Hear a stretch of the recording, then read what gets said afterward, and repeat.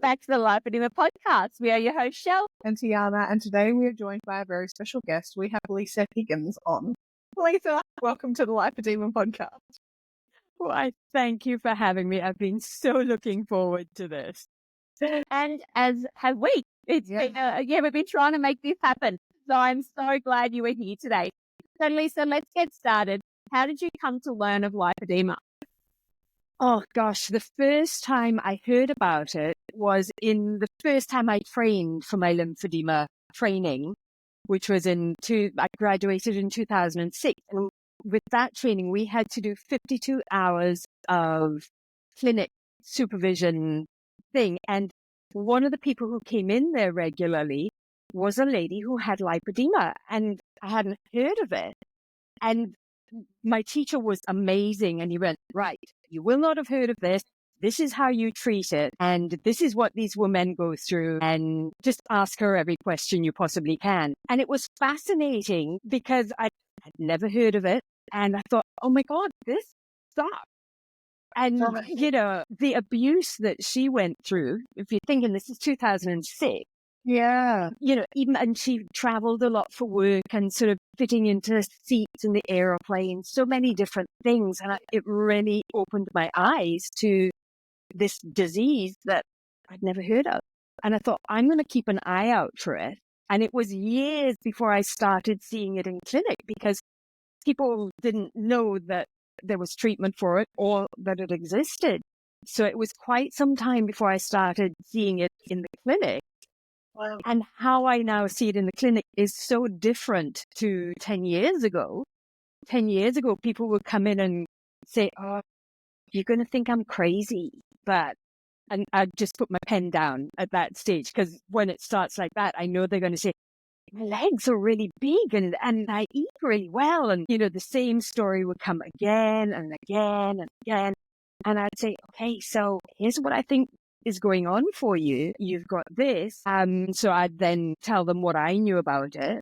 And they'd go, oh my God, thank you. And I'm like, okay, well, you like me now. You'll like me the next time. But the next time I see you, you're going to be angry. Oh, I couldn't be angry. And no, you're not going to be angry at me. You're going to be angry at everybody else. All the medical people in your life who just totally disregarded you. And without fail, they come back and they're fired up and just but now people come in and go, well, I think I have lipedema and can you confirm it? To which I go, can't confirm it because I'm not allowed to diagnose, but regardless, let's talk about it. And I can give you some ideas of what you can do to help it, whether you have it or not. I can point you in the right direction to get a diagnosis, but I can't do that, which is frustrating, but that's the reality that I can't diagnose.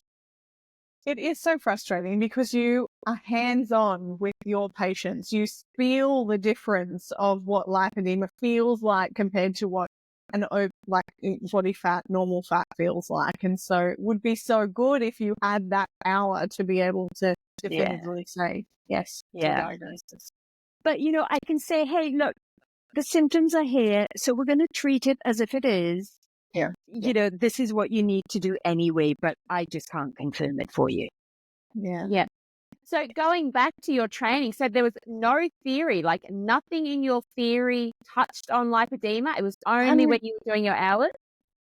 It was a long time ago, so I don't remember it specifically. So when he brought this lady in, it was like, oh, wow. And he's like, feel her legs. And, she had these soft legs that were like a baby's bottom and, and we were given 90 minutes to spend with each client, which was amazing. Yeah. And so he said, well, what I think is the best treatment is we bandage each of the legs. And there were multiple people working on this one person because there were lots of us doing the training. We would bandage her legs and then start working from the top. And one person would do one arm and one person would do the other. And then we'd unravel the bandages and work over the legs. So we'd use bandaging in the session. And he'd say, and that breaks everything down. Yeah. He was looking at fibrosis then, but not calling it that. So that was having really the language for it yet, but knowing that this tissue was, that's what it needed. Yeah. Yeah. He was an amazing teacher. Yeah. Yeah, and then that I is retrained in the VODA technique in 2016, I think, somewhere around there. And they talked about it then. But Right. even then, there wasn't all of the stuff that we know now about it being a connective tissue. That wasn't really on the cards even back then. Yeah. So you've really seen the diagnosis evolve over your time in the profession. Absolutely. It's changed hugely. I mean, you know, back in the day it was, oh, it's a fat disease, which sure, and there are too many fat cells. The fat cells continue to grow. And, you know, we were told, my teacher then said, what happens is the lymphatic vessels become torturous. You know, they're going around all of these fat cells. So the lymphatics, while they're fine, they slow down. So there's a little bit of fluid. And that was the only explanation we had then. Wow. Yeah. So many women with lipedema rely on conservative treatments to manage their condition.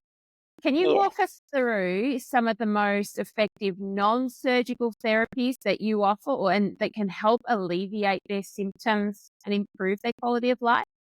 Sure. Because it's, you know, how many women can actually afford surgery? Percentage is so small. Yeah. So most of my time is spent talking about conservative methods. Obviously, MLD, so manual lymph drainage, is up there.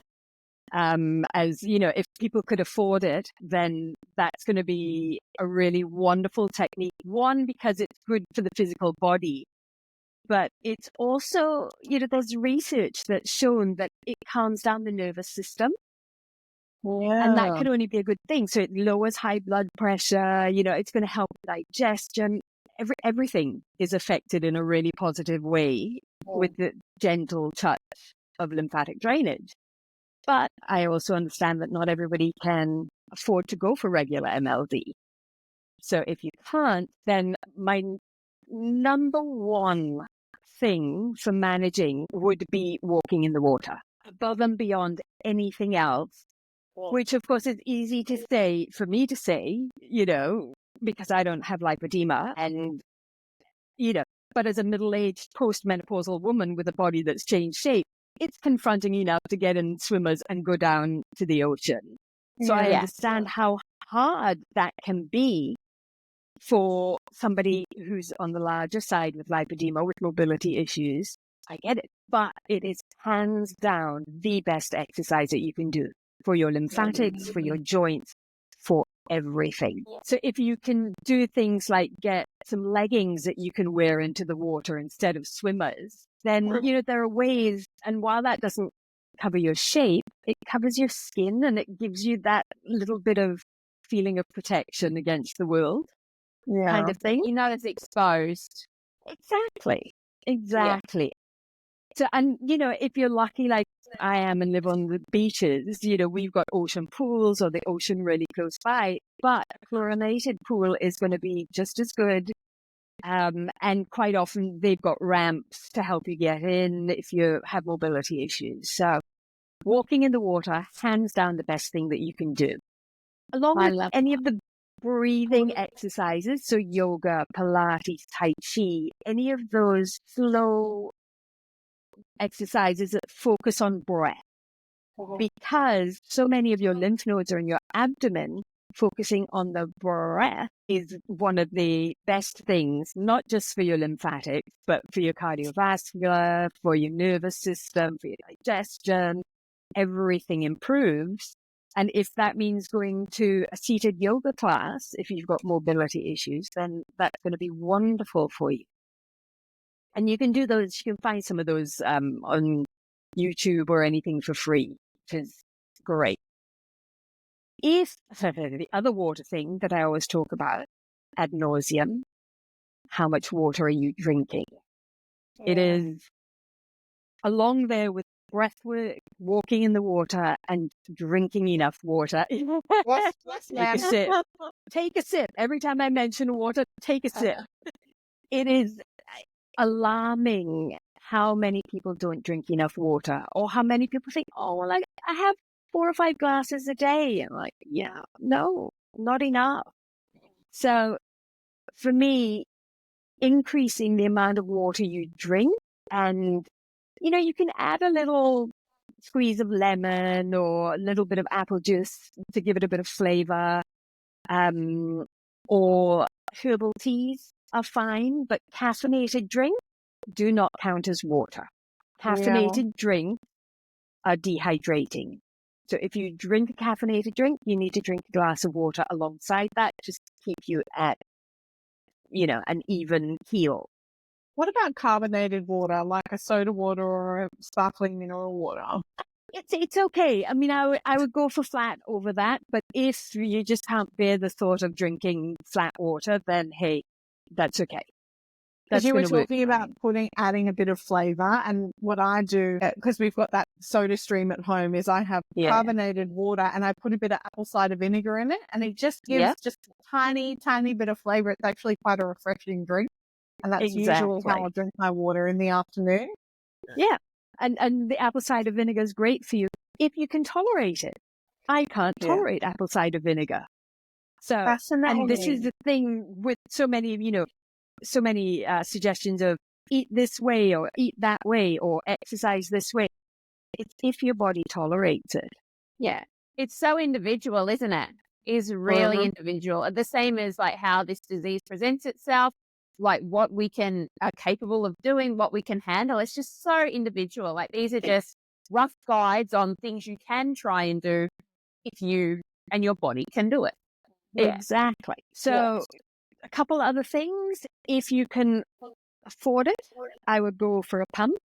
I think they're an amazing way of getting treatment at home whenever you need it.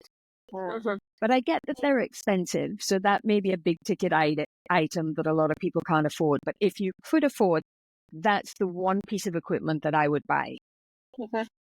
That's just me, and I have most of my clients using those.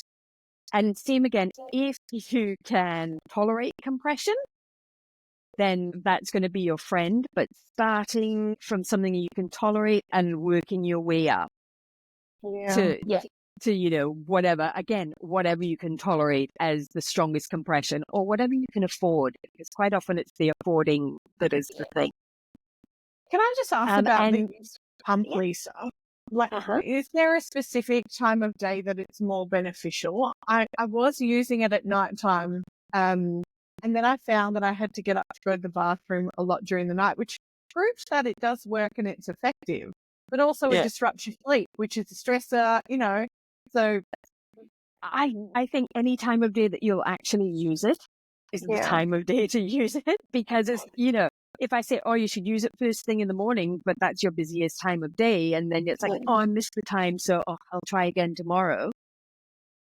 It has to fit in with your schedule. And if at night is all you can manage, then so be it. But once you get back into it regularly, then you probably find you'll get up in the middle of the night less. Yes, for sure. Yeah. I hear you. The other thing... the other thing, of course, is dry brushing. Yeah. An oldie but a goodie. Shell's got a really good... I'm a daily dry brusher. Yeah. I haven't implemented it so much. I'm more of I've got a bit of free time, maybe that's what I should do. And that might be once a month or once a fortnight. And you know what I've also started doing? I bought some of those exfoliating gloves and I put them on. I wash my face first, but then I put the gloves on with some yummy oil for my skin, and I do my lymphatic sequence with the gloves on, with those gloves, with like the exfoliating gloves. Okay. So it doesn't need to be the fancy gloves, the fancy brushes. No, I don't think so. It's just anything that I tell people go to the chemist and get, the less than $10 brush from Manicare. Yeah. It doesn't have to be a fancy pants ticket item at all. And if you can't get a brush, then even just using your hands to do it is not a problem. And if all you can do is open up your nodes, then do that. Yeah. Because sometimes... Can we just go through where the nodes are, Lisa, for the audience? Can we just rehash that? Yeah. So through the neck is where you've got lots, but when you're in clinic, then, I'm going to work all through your neck. When I'm giving people homework, I just kind of say, look, just come into the top of the neck above the collarbone, there's this little triangle. If you squidge forward, you'll feel it. And you just, with flats of fingers, you're going to do 10 circles, slow and steady. And I've seen all sorts of different ways that people do it. They do it tapping or, you know, you do what works for you. Yeah. My training has always just been the slow circles here, Yeah, stretching skin. Right. Yeah. Then coming underneath the armpit, and again, I use the flat of my hand and underneath the armpit, and I say where the hair grows out of your armpit. Because when I say to people, Okay. where you put your deodorant, then people say, I don't wear deodorant. Like, where the hair comes out of your armpit, right underneath. People can be very specific. Yeah. So you're just going to do the 10 circles either side. And one at a time, because otherwise you cross over and you dig in, and then that's just uncomfortable. Then you've got over 50% of your lymph nodes on your abdomen. So that's where the deep breathing comes in. And, 5 breaths 5 times a day helps to control lymphedema. So it's really, yeah. And people forget to do this part. And instead of saying, oh, come and feel here, feel there, and do this, if we just do the breathing, and I always teach the Cheats way, the breath in, arms out, breath out, arms in, that takes the thinking out of it. And then the next set at the top of your legs and kind of into the groin area. And the easiest way, in that crease. So if you've got mobility, then marching on the spot. And if you don't have the mobility and need to sit or lie down, then you just come into that spot and with a V, and you just make circles at the top of your leg. If you're doing this at night time and you've been walking around all day, would that need to be open? Like specifically? I would do it just to be complete. Yeah. Just so that you're not leaving something out, and then it just becomes part of the routine. Yeah. Fair enough. And is it behind the knees as well? Is that the last one? You can do behind the knees as well. You've got some in the crease of the elbows. You've got lymph nodes all throughout your body, but your main collection. The main ones. Yeah. And so, when you're doing the leg lifts, you kind of doing the backs of your knees as well. Yep. Very good. Thank you for that. It's a good refresher. Yeah, absolutely. Absolutely. And I do have a video on my website with that. We'll put a link in the show notes so that we can send everybody there. And something that I think when we're told, water exercise, do in the water, I don't think we fully appreciate how beneficial it is. Because not only is it good for our joints as it makes us weightless, if you go into water like up to your neck, it's like 30, is it milligrams, whatever they call it, of mercury. Yeah. So it's like wearing medical grade compression while you're in the water. So it's fabulous. Yeah, that hydrostatic pressure, and it gets blood, it gets lymph, it gets everything moving. Yeah, sure does. I need to say we're saving for a pool. Best investment. Yeah, I think so too. We're a little bit too far off at the moment, but one day we will have our own pool and I'll get to do it every day. Perfect. I'll have to record some episodes from the pool. Yeah, from the new pool. 2034. Oh, very good. Okay, so that was for our listeners who may not be able to afford surgery, and there are a lot of them around. I've been very fortunate to be able to have 2 surgeries, and I'll probably have a few more in the future. Shell, I'm not going to speak for you, but you've been considering doing surgery, but also there's been a point where you were considering not doing it. Is that right? Yeah, that's right. I was thinking I'm 50 now, I won't bother. And I was like, I want to be able to resonate with the audience. And so I won't have surgery. And then I just went, hang on a minute, this is my life. So I am on a wait list, and I am 98% sure that I'll be going ahead this year. There you go. Yeah. Fantastic.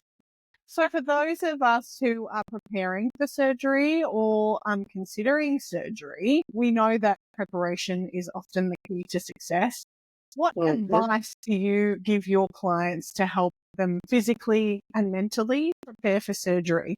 I talk very realistically about what recovery is like. because I don't think there is enough talk around recovery. You know, it's like, oh, in 6 weeks you'll feel this, but there's not a lot of talk about that first 2 or 3 weeks where you sit there going, what the hell have I done? And that overwhelming, you know, almost a regret in the short term, you know, what's it, day 5 or 6 where the blues kick in and just, what have I done? What have I done? So I think being prepared for that emotional kind of roller coaster of, you know, it's a painful recovery. And saying that it's not is a disservice. So I'm very upfront with people. I had one client who said that she was driving herself to the surgery and she'd drive herself home. And I'm like, no, that's, you know, and she would have had all the information. She just would have ignored it.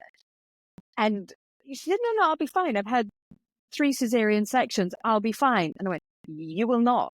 You cannot drive. Yes, I will. And I actually got one of my other post-surgical clients to call her up and talk to her about what it was really like. Because I thought, you can't drive there. Your car's going to be there for 6 weeks, you know, or 3 weeks or whatever. And so luckily she arranged to be taken there and to be picked up. So being realistic that, you know, you're not going to be able to drive for at least 2 weeks, probably.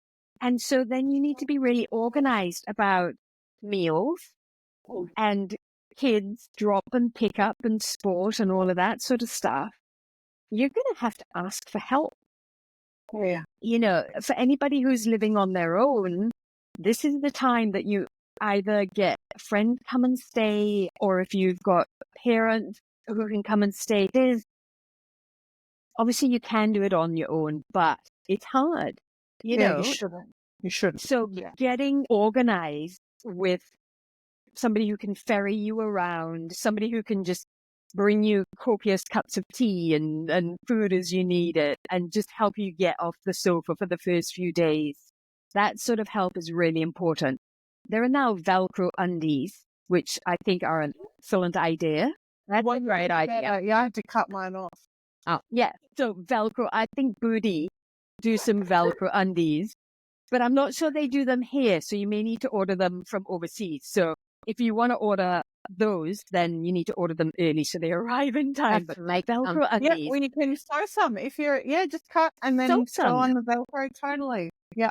Yeah. Yeah, organizing meals obviously is another really important thing. Organize all of your follow-up MLD appointments. You know, for as soon, and I usually say, once you've had your first checkup with the surgeon, after that, that's when we start. And if you need to cancel the first one because you just feel like you're not up to it, that's fine. But at least it's in there. Because I get calls from people, I've had surgery 2 weeks ago and I need MLD. And it's like, well, okay, I'll see you in 3 weeks' time then. You know, so it's really important to get those appointments in early. And yeah, most therapists will say, yeah, it's fine. I understand if you need to cancel last minute that first one or the first 2, that's okay. Put them in there because you don't want to be caught short without that.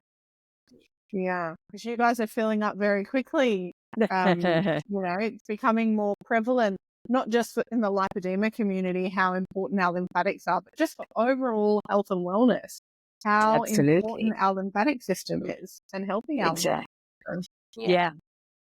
So that's one of the things that you really need to remember to do. And don't leave your new compression till the time of surgery. Make sure that you break it in and get used to it before the surgery. You know, I have some people who say, oh, look, I'll just wear some BioFlex up until the surgery and then I'll put my class 2 flat knits on.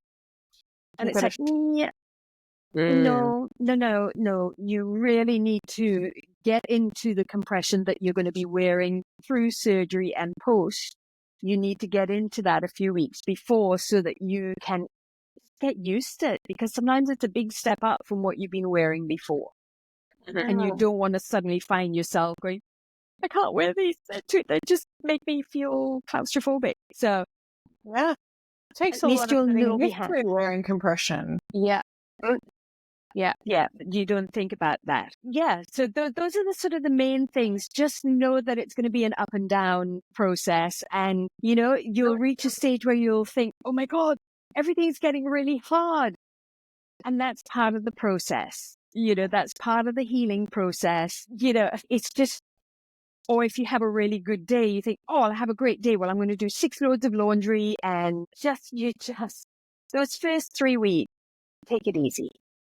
Yeah. Take it easy and be kind to yourself. Your body has been through a major trauma and it is not always going to feel like this. You will come out of the haze. Promise.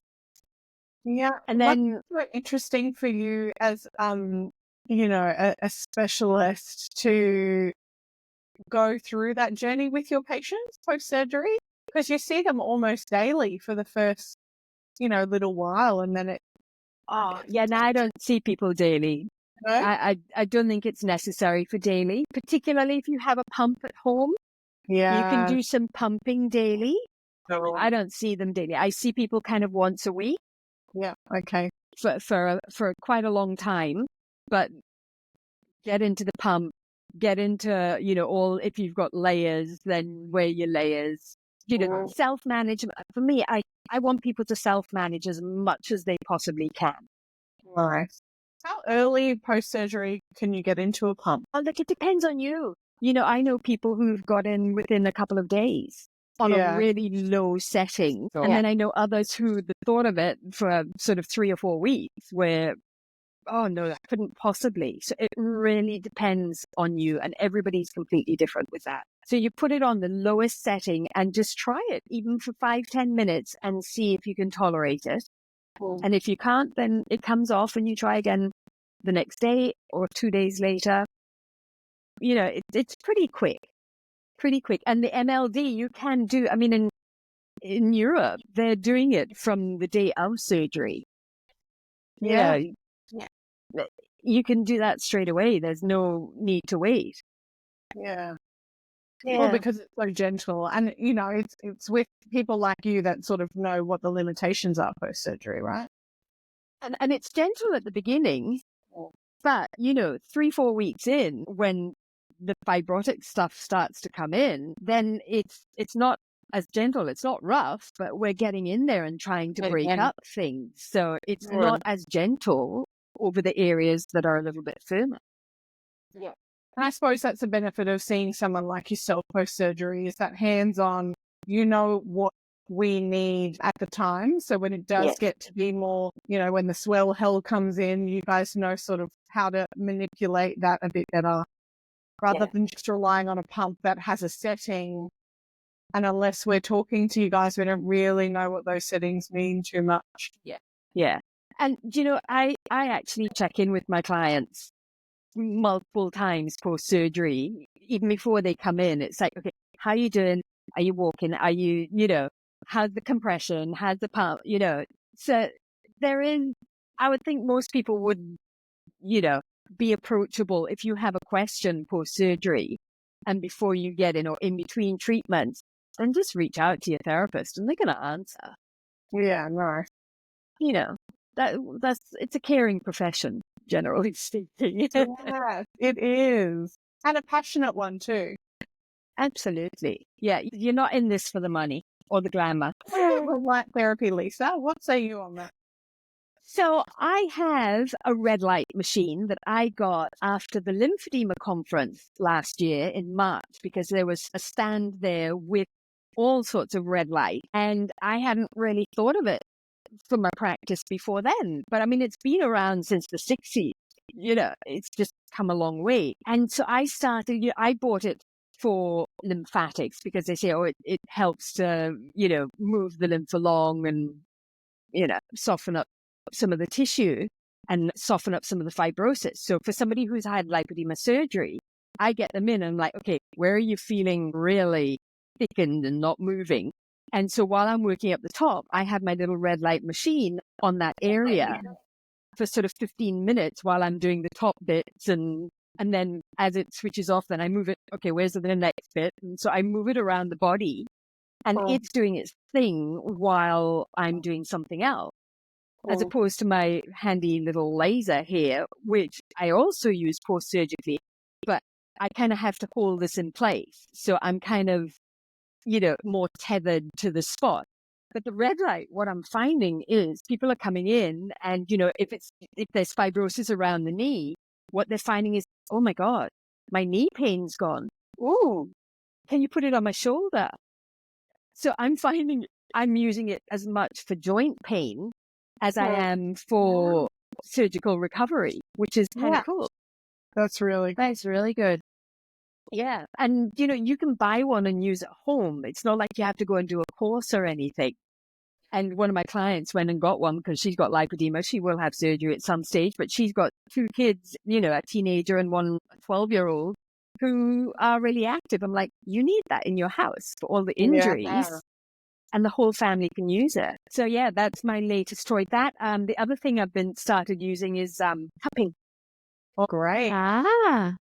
Yeah. And it's amazing because in the areas that are really fibrotic, in the past, I'd sort of get in and try and break it up and, with all sorts of kneading stuff. But now in a bigger area, using a cup like this and then moving it along, people say, oh, I can feel that moving stuff. And it's just a much gentler, it's not like the Chinese cupping where you stick it and you come out with a big bruise. It's moving it all along. So I'm finding that a really good technique for the post-surgical stuff as well to soften fibrosis. So there's lots of so many things available. I love that. Yeah. I love that. You can even buy, you probably need some education, but getting cups at home to be able to use, I think I even saw them at Kmart the other day. Yeah. I think they sell a cupping set. Yeah. Absolutely. Yeah. And they're not expensive.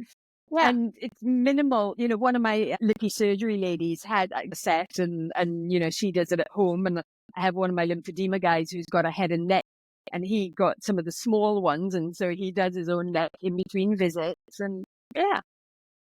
Oh, it's so good. And it also means that then when we go for our MLD, we're not as flogged with stagnant lymph. Like we've been working on it. So you can just get in there and really get your job going. Yeah.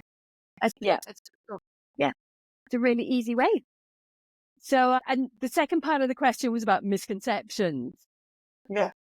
And quite often people say, I'm just really looking forward to never wearing compression again. And I love that one. And it may be that you never wear compression again. I haven't come across anybody who doesn't. It's almost like you feel naked without your compression. I just think that the quality of the look of my legs is so much improved after a considerable time in consistent compression. So I might use it, if I have an event to go to or something and I'm going to wear a dress that will show my legs. For sure, I will be wearing consistent compression for the week, 2 weeks or something beforehand. Because the look of my legs is so different when I've been using it. And that's the thing. You get to know, okay, well, I don't need to wear it every day. Certainly don't need to wear it 24 hours a day. But I know that I'm going out and I'm going to be standing for 6 hours. I'm going to be wearing my compression because if I don't, I know that things are going to be really out. So but I you also can then feel stronger in compression, like because all of that loose, wobbly fat and like saddlebags and all of that is cinched in a bit and it's compressed. And so my legs feel stronger. I feel like my steps are more graceful. Because I'm really clumsy. Like I'm super clumsy. So I just feel like I strut a bit better in my compression. all for the strutting up there. And the other thing, of course, is that people go, it's a cure. And it's not a cure.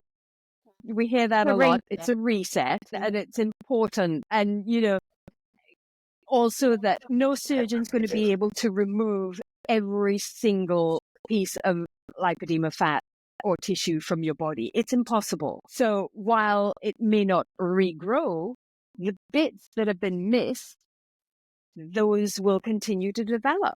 Yeah. And so, in 5-10 years, you may think, oh my gosh, it's grown back, but it hasn't. It's just what's there has become more symptomatic over time. And then people think, oh, well, I had my legs done and now my arms feel, like it's happening here. And well, it may be that your arms always had it, but your legs were really painful. And so your focus was on your legs and you didn't realize how painful your arms were. Or it may be that it's progressed. Don't know. You know, I don't think we have the research around that. So yeah, those would be the main. Work. We always have to do the and work. that's the thing. There is no pill. Yeah. And so that's a beautiful segue into talking about the toll it takes on our self-esteem. So we have this incurable condition that we have to manage daily. So how do you help your clients to develop that positive self-talk and like a resilience mindset when it comes to navigating this? You know, it is tough. Yeah. It's tough. And again, it depends on the person on the table. And for some people, it's going to be, look, how about we reframe this? So I do a lot of reframing. You know, I find that a really useful thing to do. You know, it's just like, oh, this really sucks. And, you know, yeah, I hear you. Or this really sucks, but there are people who are worse off than I am. I'm like, okay, yeah, there are. There are always people who are worse off, but you're just negating what you're going through. And it's really important. To feel that. Like, exactly. Someone being worse than you does not mean that you can't feel the way you feel. And I think that's something in the community that gets me really riled up, is that when someone is vulnerable, shares their legs, and someone says, I wish I had legs like you, I just want to reach through the screen and punch them. Like, don't project that. That is not fair. That's not fair. I'm sorry. It's not. I'm really passionate. I feel you. I almost like with clients who I have who are probably a stage 1, I say to them, do not ever put a picture up of yourself in that group and say, do you think I have this? Because it's not going to be helpful. And I'm sorry to say that, but it is just not. And, you know, it's really hard being a stage 1. It's hard being a stage 3. You know, none of it's easy. And so, yeah, for me, it's reframing. And it's like, okay, well, what can we do? What do you feel you can gain control of? What's the one thing that you can do every day that you're going to gain control of? And, you know, with some people, it's like, you know, it's very softly. And with others, it's like, what the hell are you talking about? Stop. And it really depends on who I'm talking to, how I talk to them. Because some people need the more kind of thing, and others need the hand holding. So it's like everything to do with this disease. It's really individual. Yeah. But, you know, one day at a time, and just don't beat yourself up. Well, you know, it's, if you fall off the bandwagon today, tomorrow's a whole new day. So for me, everybody's like, New Year's resolutions, I'm like, I don't do that, because every day is a new day where you can set a resolution or a goal or whatever. You don't need to wait for a specific day. And if you fall off, it's okay. And unfortunately, I'm one of those. If I fall off, then I do it spectacularly. Then I'm like, well, I've already screwed up today, so I'm going to have 3 chocolates and some chips, and because I may as well enjoy it. I know tomorrow I'm going to feel pretty awful, so I'm just going to do it all. I don't recommend that. It's like that analogy, you drop your phone and then you get a hammer out and you really take to it. Yeah, there's no sense. We do it. We do. I identify with that for sure. Yeah, but you know what? It's okay. You wallow in and then you start again tomorrow. Yeah. It's okay. Every day is a fresh start. So you just, you know, and the sun comes up every day. Doesn't matter what the day's been like before. The sun still comes up and shines. Yeah. Now, the other thing that is probably one of the hardest things that I say to people is, what other people think of you is none of your business. Right. Yeah. Right? But also, I don't think they really think of you at all. They're too busy thinking of themselves. Exactly. And that's another thing where, you know, I couldn't possibly go and put a swimmers on because too many people would look at me. And I'm like, they're looking at themselves. They're self-conscious about their own little bit of cellulite, or they're this, that, the other. And there'll be the occasional person who is and who's an idiot. But 99% of people don't see past here. And so, you know, be in the photos. that in particular, be in the photos. Get into the water with your kids. Go down the slide. And if you get stuck, laugh. Just because so many kids miss out on mums who don't get involved because they're too self-conscious. And that breaks my heart. Yeah. It really does. Yeah. Be an active participant. Yeah, do the things. Yeah. Love that.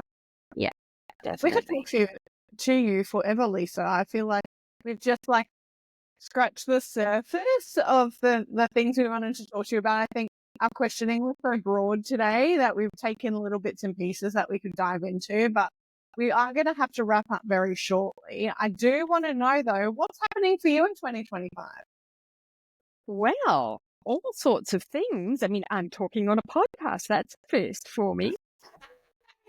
I'm also talking, my massage association is hosting a Lipedema symposium in March, the ATMS, which is amazing. And I'll be talking on that with a few other the Lippy ladies. So Kimmy Cassie and Vanessa Iro, and so quite a few of the names. And that's exciting. But then most exciting for me is I am creating a course, and I'm in the middle of creating it now. And I think, going to be called Navigating Lipedema with Confidence. I love that.